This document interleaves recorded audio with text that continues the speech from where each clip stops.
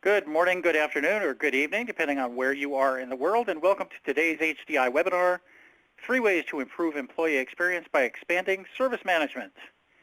Today's webinar is brought to you by Samanage.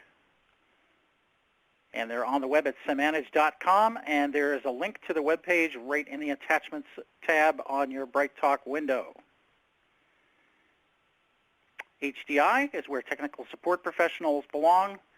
And we'd like to remind you not to miss the new Service Management World Conference, October 15th through 17th in Orlando, Florida. You can connect with HDI on Twitter, on Facebook, on LinkedIn, and in our members-only community, HDI Connect. I'm Roy Atkinson. I'm HDI's Senior Writer Analyst. We have just a few housekeeping announcements before we begin. If you are experiencing any technical problems, please refresh your browser. It is the best thing you can do. You can participate in the Q&A session by asking questions at any time during the webcast, and they'll be answered during the Q&A session toward the end of the webcast. You can download the slides from today's presentation by opening the Attachments tab on your BrightTalk screen, same place as those links I mentioned. The slides will advance automatically throughout the event. There will be audience polls today, and you can respond in the Vote tab next to the presentation window. So find that, and we'll have a couple of polls today. Remember that today's webinar will be available on demand shortly after the completion of this live webcast, and you'll receive an email reminder to let you know that it's available. Come back and listen anytime.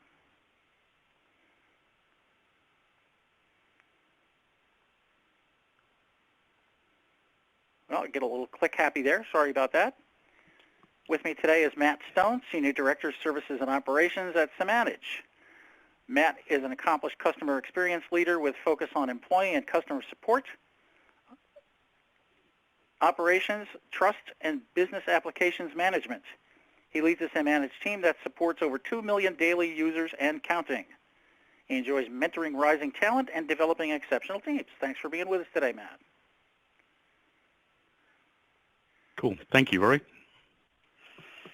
So we've had a couple of sessions where we've talked about employee satisfaction. And you may be wondering why this is so important. And I point you to a study by Alex Edmonds. This is released in Harvard Business Review. And he did a 28-year-long study on firms that have high employee satisfaction. And this is one of the things that he found, that they outperform peers, and this we're talking about market performance here, stock prices, et cetera, by 2.3 to 3.8%. So you can see that the businesses actually outperform their competitors when they have high employee satisfaction. And one of the other things that he talks about is that employee satisfaction is a cause for the better performance, not a result of it. So it is exceedingly important to have satisfied, happy employees that want to come to work and want to do interesting work. Now, we ask in our surveys every year, what are some of the factors that contribute to employee satisfaction? And here are some of the top ones. Relationship within the team. 78% of organizations peg that as a reason that their employees are satisfied. They have good relationships within the team, and we'll talk a little bit more about that during this presentation. Both Matt and I will come back to that theme. Organizational culture, a huge thing. The type of work that they're doing, is it boring, is it horrible, is it repetitive, is it, just mind-numbing? People don't like to work and aren't happy at work if they're doing that kind of thing. The amount of work, obviously if you're overwhelmed, you don't feel good about your work and there's less of an opportunity to be a happy employee. And relationship with support partners. So the other people that you work with, perhaps in different units within IT or within different business units, and that plays into our talk about enterprise service management. So those are just some of the top ones that are mentioned. There are many factors, of course, that feed into employee satisfaction, the type of managers you work for and so forth. But a lot of it has to do with the people around you and the type of work that you're doing. And that is definitely key into the idea of expanding service management. So how does that work? Well, one of the things that happens when you expand service management across the organization is you get data unification. And by that I mean the data repositories that you have are no longer splintered into there's a system for HR that the IT service management system can't tap into. There's a system for facilities that the IT service management system can't tap into. There's a system for each business unit having its own repository, and they don't talk to each other. Being able to communicate across data repositories or have a central unified data repository is extremely important, because that gives a much better view of the customer, consistent customer experience, as I mentioned here, and consistent employee experience. You get a much better view of everyone else in the organization if that data is unified and feeds back to you through the same system. So if everybody's using the same data and the same system, even though the interfaces may be customized, one for HR, one for facilities, one for IT, and so forth, the basis for that communication is there in the data and in the way that it feeds back through the system. It's very important to get a much better view of the people around you from a data standpoint, right? And now we're going to hand it over to Matt, and I think, Matt, you have a poll right up front, do you not? I believe so, yes, if we could run that poll. Sure, I will go ahead and do that and start the voting, and I'll read the question. How do you use service management outside of IT? And the answers are: we don't, we use it in 1 to 2 departments, or we use it throughout the organization. So this is basically the question about whether or not you are doing service management outside of IT. So far, it's an exact split between two of the choices here. We'll see. We'll give you a little bit more time to respond to that. How do you use service management outside of IT? And we're talking in general here. It can either be talking about the tools or the principles and practices of service management. Now we're getting a little bit more of a result. Give it a few more seconds. If you're looking for it, it's under the Vote tab. And okay, we're going to stop the voting right now, and let's see what the results look like. So we have, right now we've got 50% of you say that you do not use service management outside of IT. About 17% use it in 1 or 2 departments, and about 31% are using it throughout the organization. So interesting results there, Matt. And we'll have another poll a little bit later on, so keep that in mind. We'll be asking you to answer another question a little bit later. Okay? Back to you, Matt. Okay, thanks, Roy. My name is Matt Stone. As Roy introduced me earlier, and I'm the Senior Director for Services and Operations at Samanage. That encompasses internal IT support, external customer support, business applications, and also the implementation of our own ITSM product, Samanage for Salesforce, within the company. So we run the company on that, and I am lucky enough to manage the way that is used. I appreciate everybody going through that initial poll. It does give me a good insight into who we have on the call today. I'm hoping for those that for the 51% of you that say you don't use service management outside of IT, that you'll have more of an understanding and appreciation, perhaps some talking points as to where service management is very key to how you can drive efficiency throughout the rest of your organization. And hopefully the 31% of you that said you use it throughout the organization, what we'll talk about will resonate with you as far as your current experience is concerned. So what we're going to talk about today, the areas that we're going to cover, is why do we need to prioritize the employee experience. And I think Roy touched on the importance of having a happy, efficient, and well-supported employee base.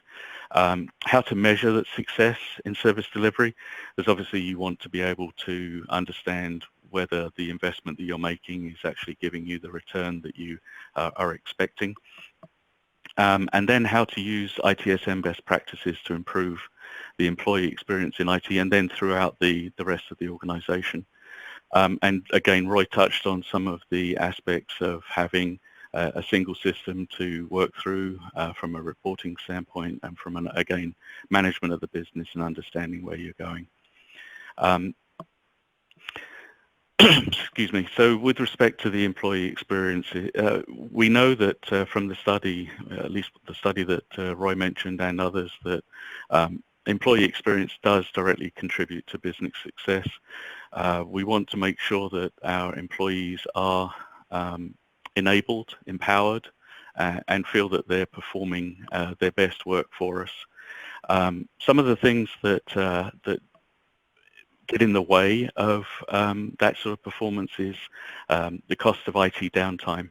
I'm showing a stat here for North American companies that lose 78% loss in employee productivity due to IT and communication outages. This is obviously a huge amount. That's of the 700 billion total. That's 546 billion in lost productivity, a huge number. But it has knock-on effects as well. When you have a system or a tool that employees cannot rely on, it creates lack of trust and lack of belief in the tools that they're using, and nothing about that situation provides a good customer experience. I'm lucky enough to have a group of engineers that work with our external customers. So I want to be able to enable them to provide the best possible service to our customers. I can't afford for the tools that they use to be unavailable or inefficient. So to me, employee productivity, employee satisfaction is huge when it comes directly to the point of impacting customer satisfaction. We also have voice of the customer feedback on where customers want to be able to provide service. They want their employees to be focused on dealing with their either internal or external customers.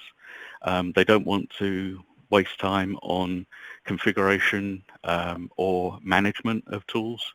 They just want to get the most return on investment the quickest, and make it easier for their install base, their customer base, to interact with the tools and systems. Allow the employees to really focus on the service delivery that they're delivering to their internal or external customers. One of the aspects that that we do have a very extreme focus is getting the employees onboarded correctly. This is a key function within Samanage. We use our tool to make sure that the new employee has better day one productivity because they're enabled with all of the tools and the process and the information that they need through the onboarding process. What that does for the employee is it improves their growth ramp. It makes them getting to their full productivity a lot quicker. It also means that they understand the business quicker, which again, as a new hire, you really want those employees to be up to speed and effective as quickly as possible.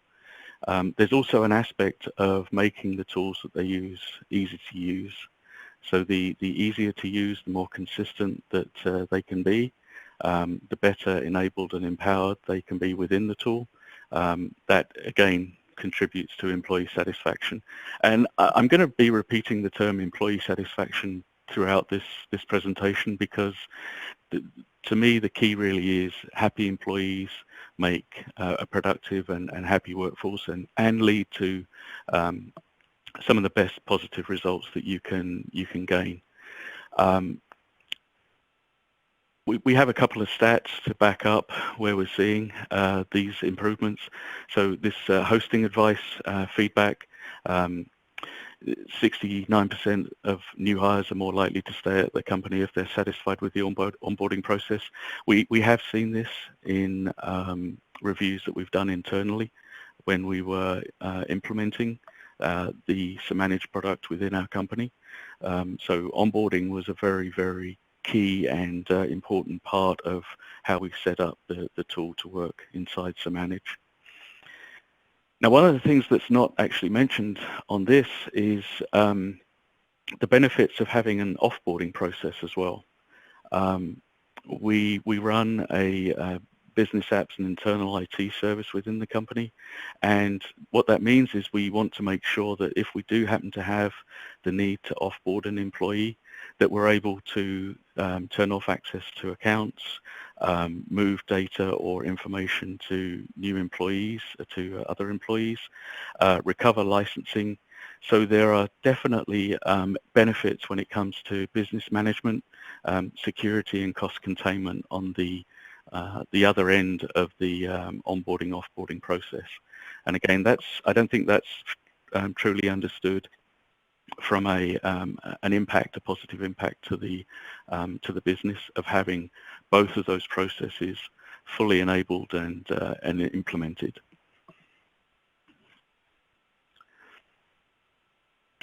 So the next aspect that we're going to talk about is measuring service delivery. And obviously, you know, like I said in the preamble, we want to be able to understand how effective what we're using, what our employees are using, is for their service delivery, for the way that they handle customers, for the way that they deal with customer satisfaction and SLA compliance. So we break that down into two key areas. SLA compliance, which can be taken into account for any of the important metrics, the operational metrics that companies run to show breach notifications, real-time reporting on SLA targets so that we can do real-time management. And then obviously there are the other operational metrics that give you the ability to manage your team and your business trending through and forecasting into the future, like the volume of cases that are worked, time to resolution, and then first touch resolution. Obviously, it's not limited to these metrics solely. There are others that will play depending upon the nature of the business that's being delivered. And then when we get into audiences or service departments outside of IT, obviously there'll be specific metrics that those departments would use. The overarching one when it comes to understanding the results for me is customer satisfaction. And this comes in a simple and a more complex description. The simple piece of this is really asking a customer, are you satisfied, yes or no? The key from my perspective, my experience as a support executive is every non-satisfactory response to a survey should be followed up and investigated, because what this gives you the ability to do is to further refine your support delivery, whether it's a tools issue, a process issue, or a people issue. And this facilitates that piece of the important part of service delivery. The key from my perspective of making use of this is to not just understand that there are negative responses, but understanding the root cause, and then more importantly, understanding what can be done about that root cause and what changes and improvements can be effected, and then making them happen. So these metrics, these pieces of feedback really enable me to manage my business, to grow it, to improve it, and not to have it standing still. It's a real enabler when it comes to providing a better customer experience.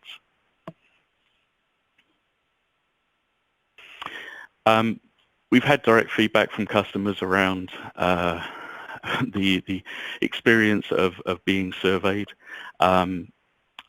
This piece of feedback from Brian Greer at Goya Foods, it's consistent with where I see the need for customer surveying.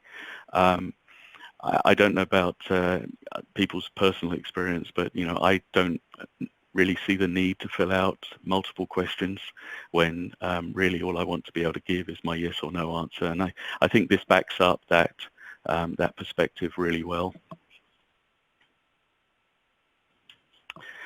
So from a continuous improvement perspective, I talked about the way that we can use customer feedback to understand CSAT, but there's also the way that we want to listen to user feedback. We want to look for opportunities. We have internally at Samanage the ability for internal users to not only suggest improvements to the system that would make their roles better, more efficient, but we also have a goal of improving employee self-service. And self-service is where the employee is capable of self-serving either a solution or a requisition without the need for additional manual intervention from other people within the company. That aspect of continuous improvement means that we'll always be understanding what the user base need, what they want, and how we can make their roles more efficient and more effective.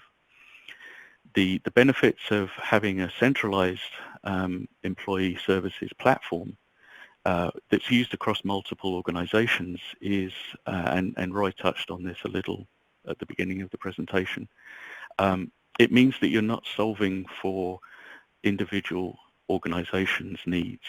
You have the ability to look across the organizations, look for solutions or look for improvements that would perhaps be platform-wide.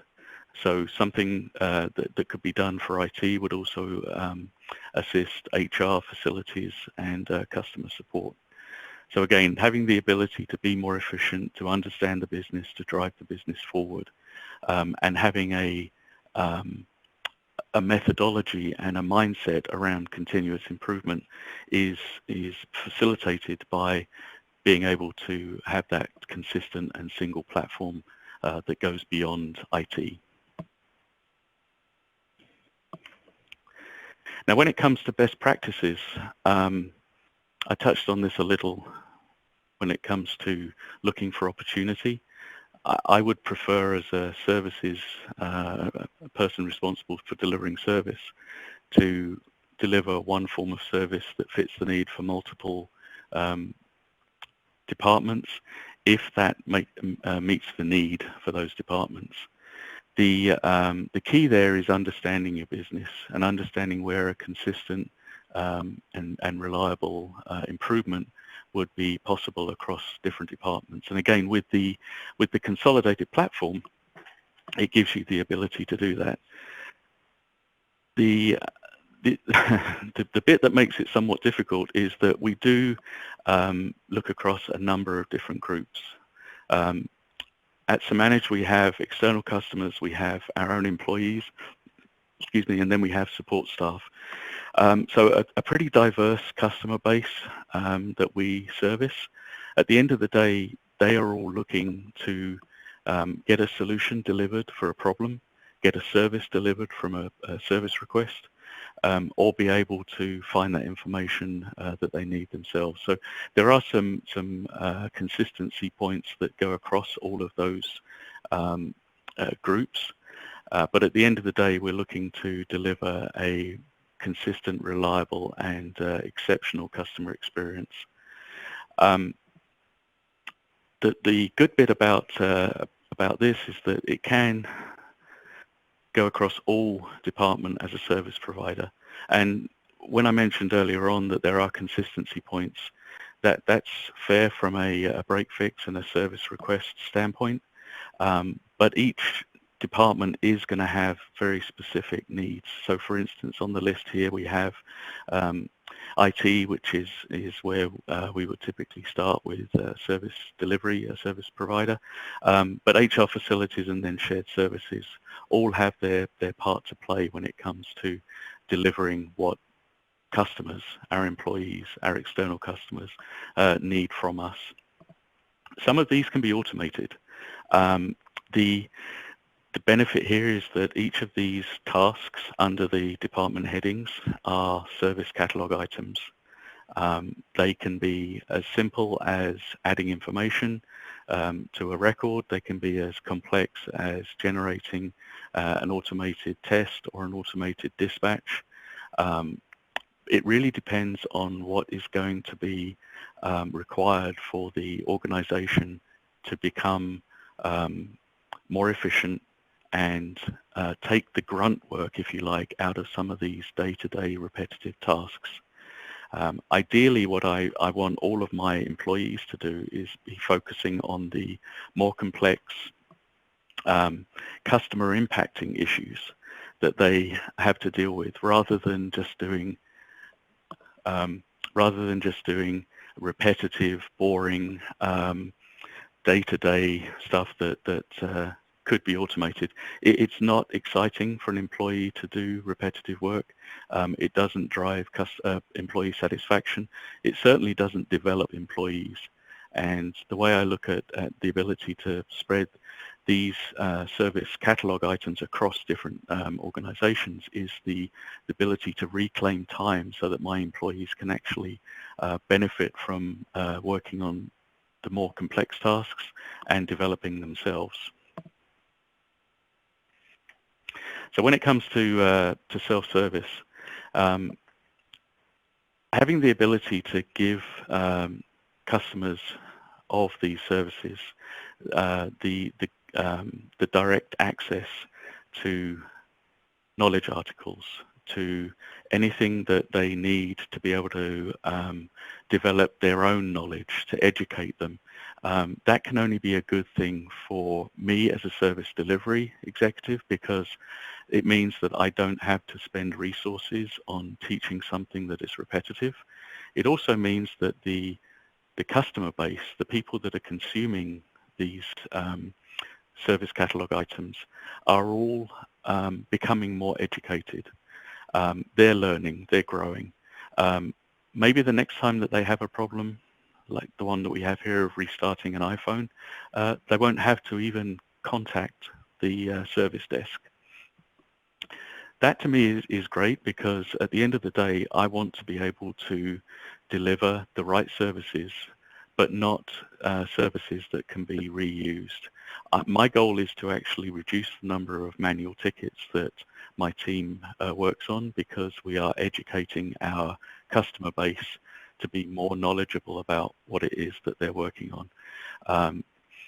When it comes to a knowledge base like an example like this, where there is a knowledge base involved, I would expect my team to be able to generate a knowledge article from one of these service requests if no article currently exists.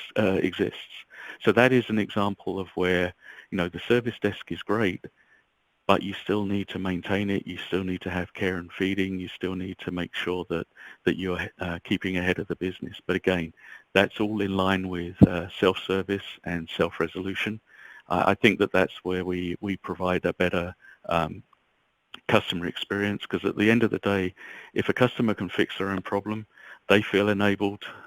We've done our job, and we've not expended resources to actually do that. So the next one is add a beneficiary. For this particular one, this is somewhat interesting to me. There's an aspect when you talk about HR where security becomes a factor. So what we ensure here is that if any confidential information is added through a service request, that it's kept confidential between the requester and the HR team. So there is a different level of security that needs to be taken into account when it comes to many of the HR and people-related issues. We don't want that information available to unauthorized people, so we keep that very tight. But again, it comes back to the ability to self-serve.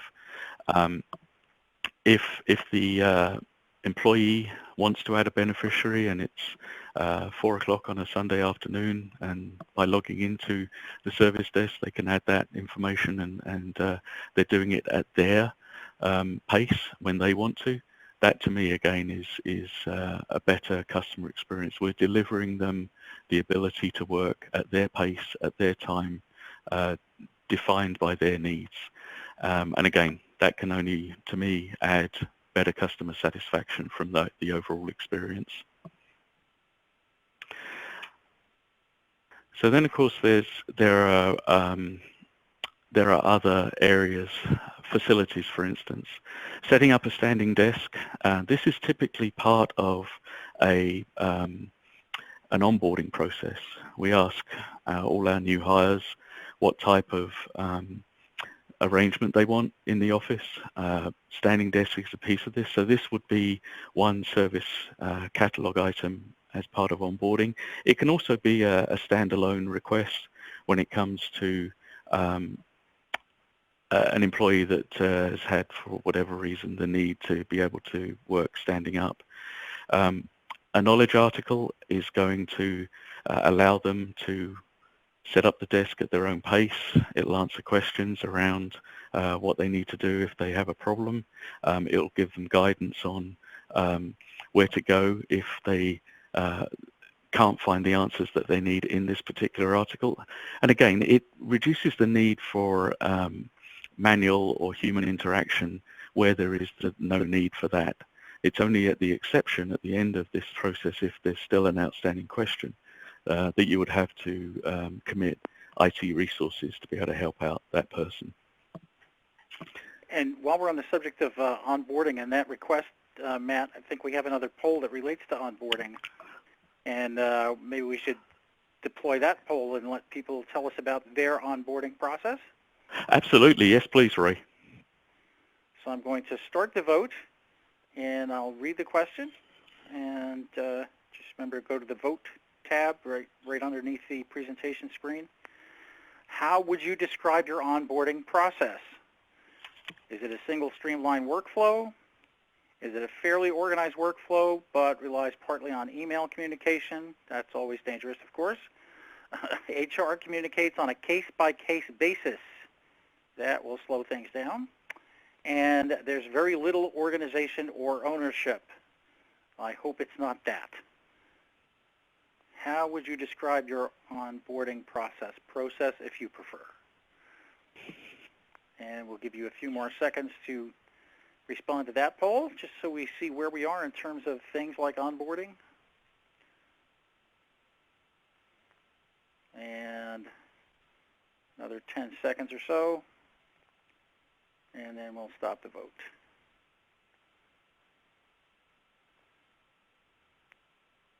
Okay, we're going to stop the vote, and let's take a look at the results.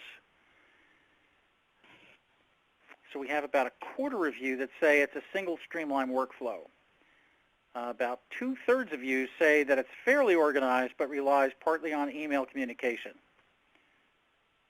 And we've all played telephone, have we not, where you say something to a person and they misunderstand what you said and pass it on? That's where email communication sometimes goes awry. Very small percentage, only about 3% of you said HR communicates on a case-by-case basis, and about 7% said there's very little organization or ownership. Well, that's pretty good. It would be great to get that email out of the equation in those 2/3 of organizations, though, and make it a unified workflow. Great. Thank you very much. Thanks, Roy. Yeah, I was watching the last answer on that list of 4. Hopefully it was going to stay at 0 for the whole of the poll. But yeah, unfortunately, we still have situations where onboarding can be a little disorganized. It's actually good to see that there is a fairly organized workflow. Even though, obviously, as Roy said, the use of email does have the ability to get dropped, get forgotten. The capability of knowing that an onboard and an offboard process has been fully followed really does give peace of mind. So that's a very effective number for the 25% that have a single streamlined workflow with full visibility. That's very encouraging. So from a self-service, jumping back to empowering employees, as I mentioned, I don't really want my employees dealing with mundane tasks. I don't hire them to deal with day-to-day tasks. I hire them because they're exceptional people that want to get more exceptional. So the ability to reduce ticket volume to only the cases that need their attention, that need a knowledge base article written against them, that need a really in-depth view by an engineer is definitely the direction I want to take things in.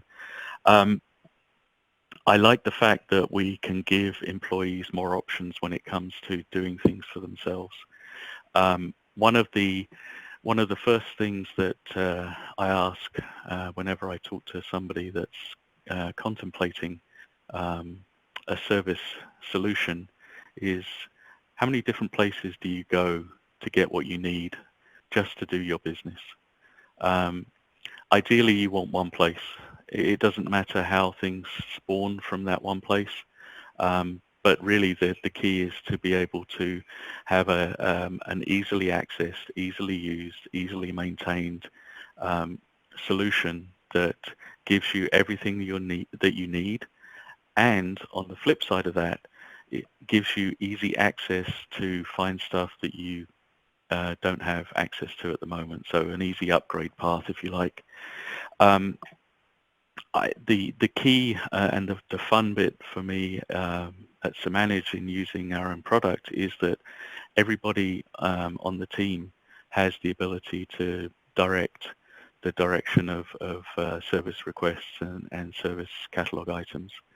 So I think I mentioned earlier on, we have a robust feedback loop when it comes to improving those types of requests and finding new ones that are going to make things more empowered for the employee. It really is a way of drawing a group, a team, a department, or a group of departments together to provide an excellent consolidated solution. It also gives the ability to, in many respects, satisfy immediate needs. So you're not waiting for something. You get delivery of a service when you want it, how you want it, and it gives you the result that you expect. So again, a great employee experience and a great customer experience. That all goes to, when we talk about operational metrics, quicker resolution. And it allows you to look at the exceptions that aren't being handled by the service desk. And it gives you the ability to identify future unfilled needs and listen to the voice of your customer. One of the biggest adoption points that I've seen in the past is for an employee who's made a suggestion for an improvement to the way that they do their job, and actually have the ability to see that go into action, put into production, and then they can reap the benefits of that idea that they had. That's a great team satisfier. It promotes even better employee satisfaction. So one of the other aspects is the integration capabilities. So we're very, very keen on looking for automation and integration methods. I think I've mentioned in some of the previous slides, the ability to automate something to the point where it doesn't need additional human interaction to deliver a service provides a much better experience for a customer. So we should be able to interface with a lot of other applications, and we have a list here that we currently have enabled and working today. There's no reason why this shouldn't continue. The goal is to provide a one-stop shop. If it means that we provide integrations to other applications that further that goal, further the automation, then that is absolutely what we would be listening to and working towards to deliver that to the platform.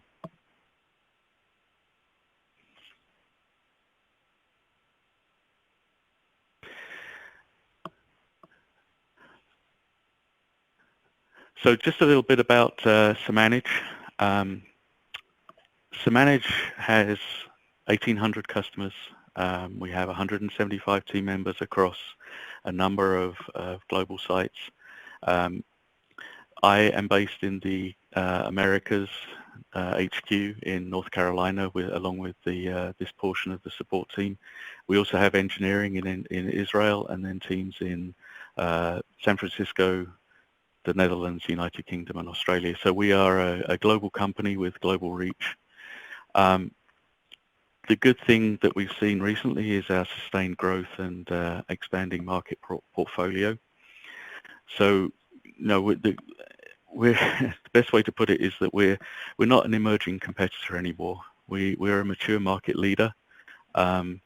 We're bringing on some of the biggest global brands like IKEA, Disney, and Lucky Brand.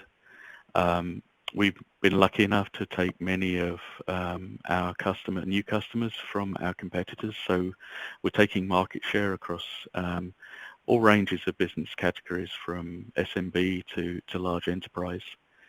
I think one of the reasons that we've been successful is our willingness to listen to our customers and to work out what it is that our solution can provide them to meet their needs.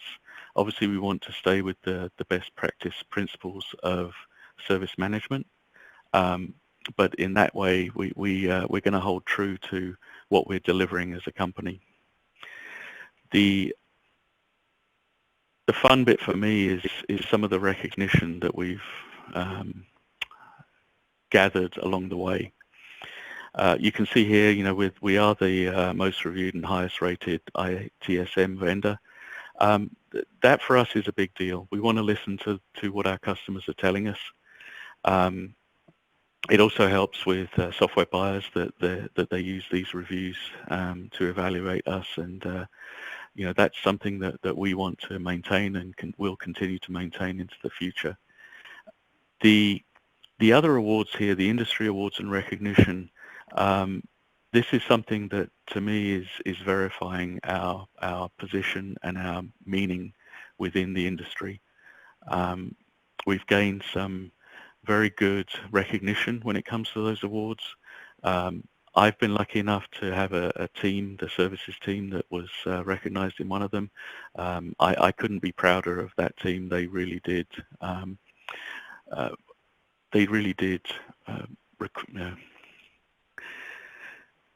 Excuse me. They really did get the award on merit, which was fantastic. So I don't know what else to say about the team. I'm very proud of them and what they're able to accomplish. I'm going to wrap things up with a quote from one of our larger customers, Wyndham Hotel Group. Wyndham has a very, very similar view of what they expect to deliver to their employees and their customers. And it does align with everything that I've outlined in this presentation. It's all about empowering your employees, making them feel like they can manage their business, that they can satisfy their customers, that they can deliver an exceptional support experience or an exceptional request experience in whatever way that they need to keep their customers happy and to make them a repeat customers. And obviously in the situation with Wyndham, that's their franchises and their guests. So it's important to us that we have customers that share our vision of service management, share our belief that a single service management platform across multiple departments is the way to go, because it does provide real value and benefits to how the business is run and the results that you will attain from that business.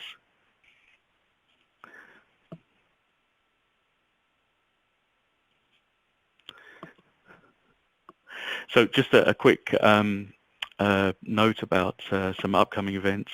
The Service Management World on October 15th to the 17th in Orlando, Florida. The JAMP Conference, October 23rd to 25th in Minneapolis. And if you want to go and get more information on roadshows and other events for Samanage, please visit www.samanage.com events. We're looking forward to hopefully meeting a lot of you at those events. I really enjoyed talking to you guys, so I'm hoping you have some questions for me. Thanks very much, Matt. And yes, we do. Oh, wow. We have a pretty good group of questions here, so let's get started. First one is, how has the customer expectation of interactions changed in recent years? And I might want to chime in on this as well. Sure. I think the expectations have actually changed in the sense that customers expect more.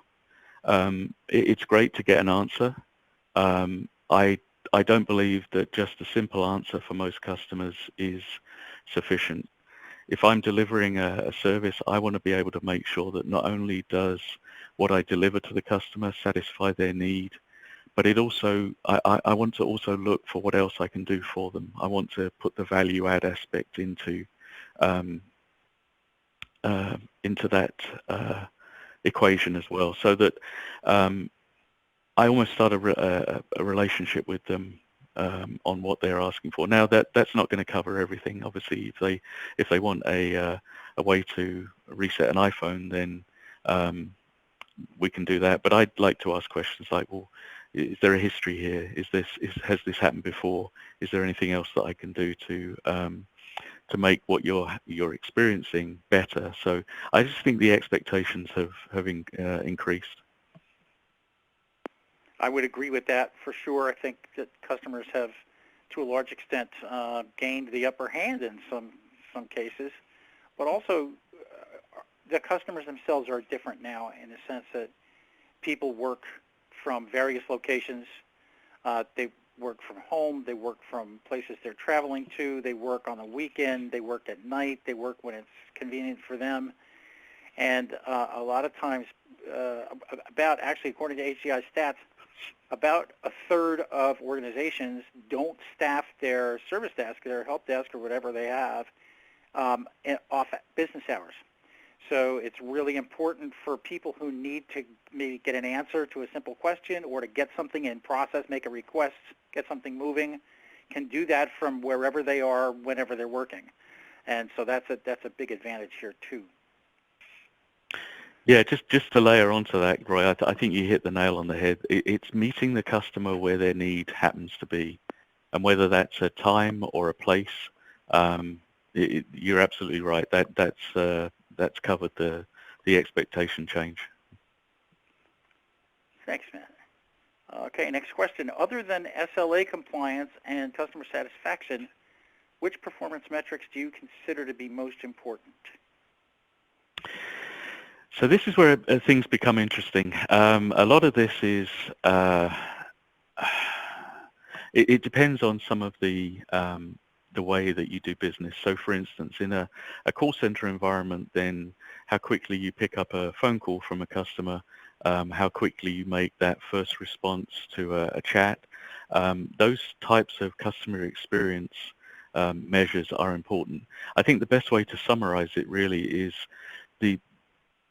there are two types of operational metrics. There are the operational metrics that matter to me as an owner of the business, and then there are operational metrics that matter to a customer because they're all related to customer experience.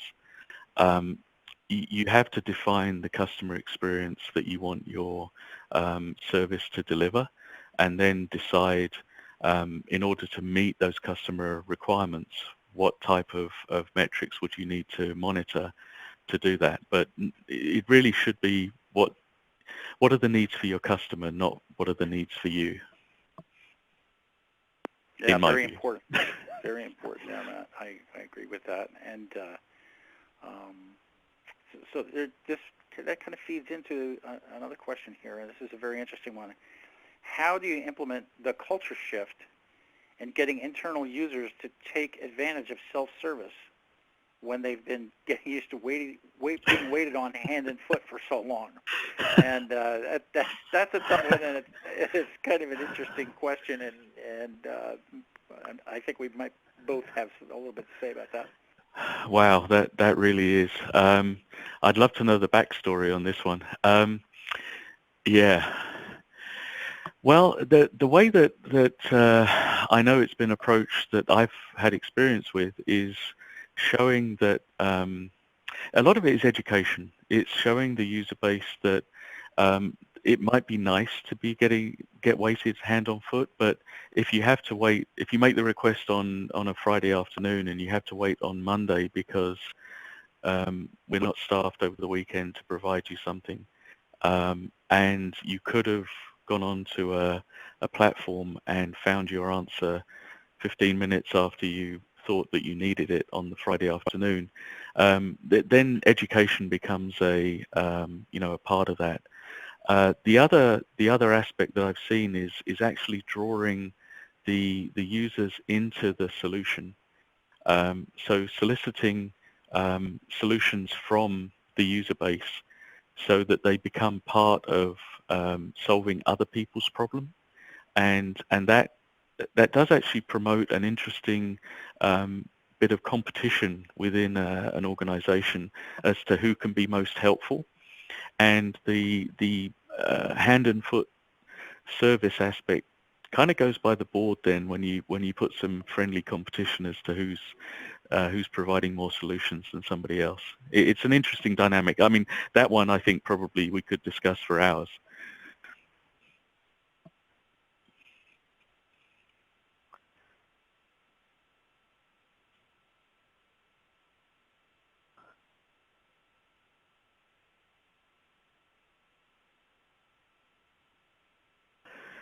If customers don't see what's in it for me, Matt, they oftentimes will resist going to self-service. But if you market it correctly and explain and show how it can save them time and effort, that might be one way that they can get more used to waiting on themselves rather than waiting for the concierge to come with the white gloves. So, next question. How important is getting the language of different business units right? An incident in HR is different from an incident in IT, for example. Do you think that's important? It's important in the sense of the service request needs to match the language of the person that's making the request so that they understand fully what it is that they are asking for. So I think there is definitely a need to understand what's being asked to make sure that it's conveyed to the requester that this is the service that you want, this is the expected result. At a high level, if something's broken, it's called break fix. If something's being requested, it's a service request. When it comes down to actually explaining what's broken, what's being requested, then yes, I think it is important to be a little bit more specific for the particular use case. Thank you. And this is a challenging one. If we are interested in expanding service management across our organization, where should we start?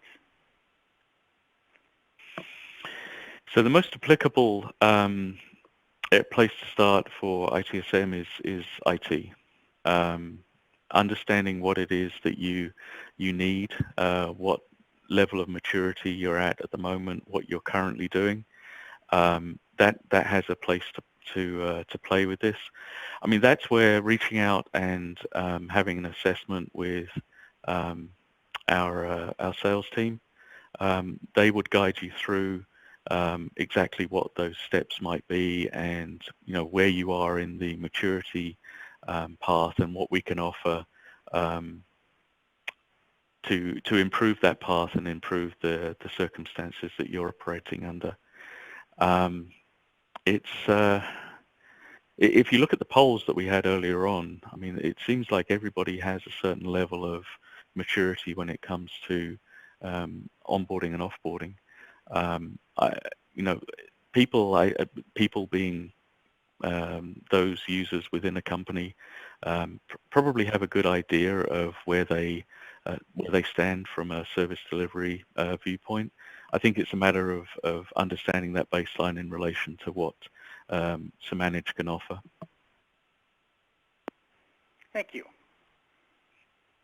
Is it important to have other business units trained to some degree in service management as practiced by IT, in parentheses? So service management practices and principles maybe as a source of education. How important do you think that is for other business units to understand? I think it's important from the aspect of how a service request is handled and managed. So it's doing what was done before in a slightly different way with more collaboration capabilities.